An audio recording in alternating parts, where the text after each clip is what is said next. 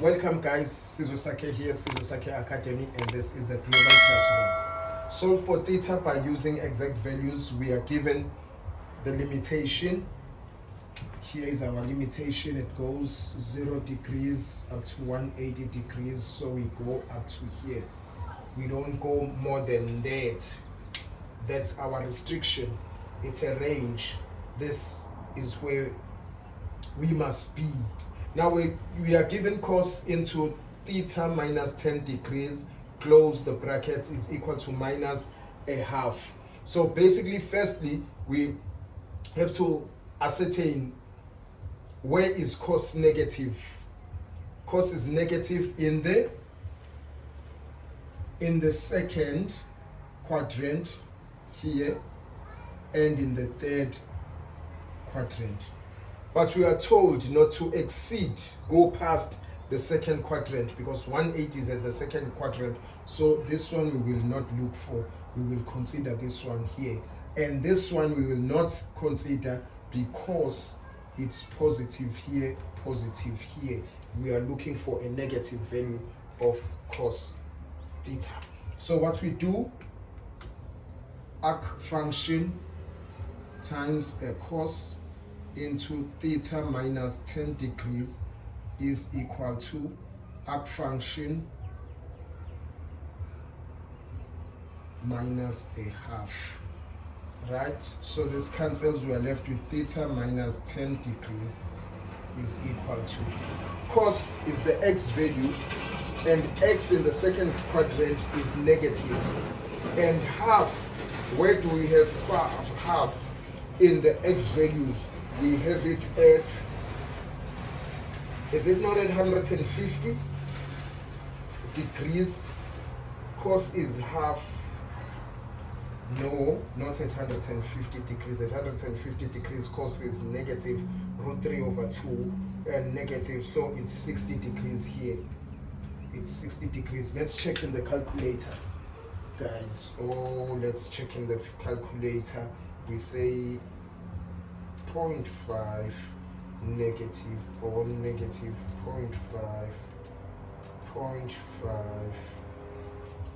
0.5 negative, or let's put negative away. Second function, a cos, it's at 60 degrees. So correct, it's at 60 degrees. So what we have is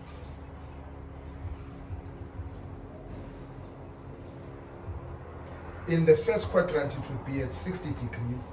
In the second quadrant, which we are looking at, it's at 120 degrees. Because in the first quadrant,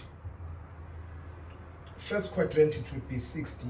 But we know 60 in the second quadrant is equivalent to, and the value here is, cos is, the x value is negative a half.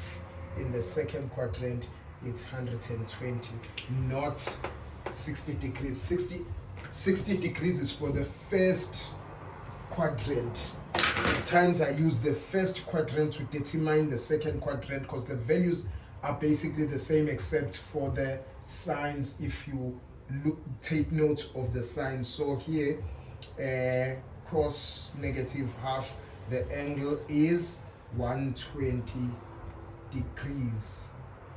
It's in the second quadrant, because it's 120 degrees, because if you'd say another way of doing it, second quadrant, we have 180 degrees minus, and here it's minus is 60. Remember, cos half is 60, and therefore we've got theta minus 10 degrees is equal 180 minus 60 is 120 degrees, and theta is equal to 120 degrees plus a 10, because it's a negative here. When we transposing to the other side, it becomes 10 degrees, and theta is 130 degrees, and this is our answer in the second quadrant. 130 degrees. This is what we have. You. This is it, guys. Thank you for watching, and God bless you. or like I said, we can't take this because of 180 degrees, our limitation. So we deal with this one only. We deal with this one, but yeah, we deal with this one only. The second quadrant.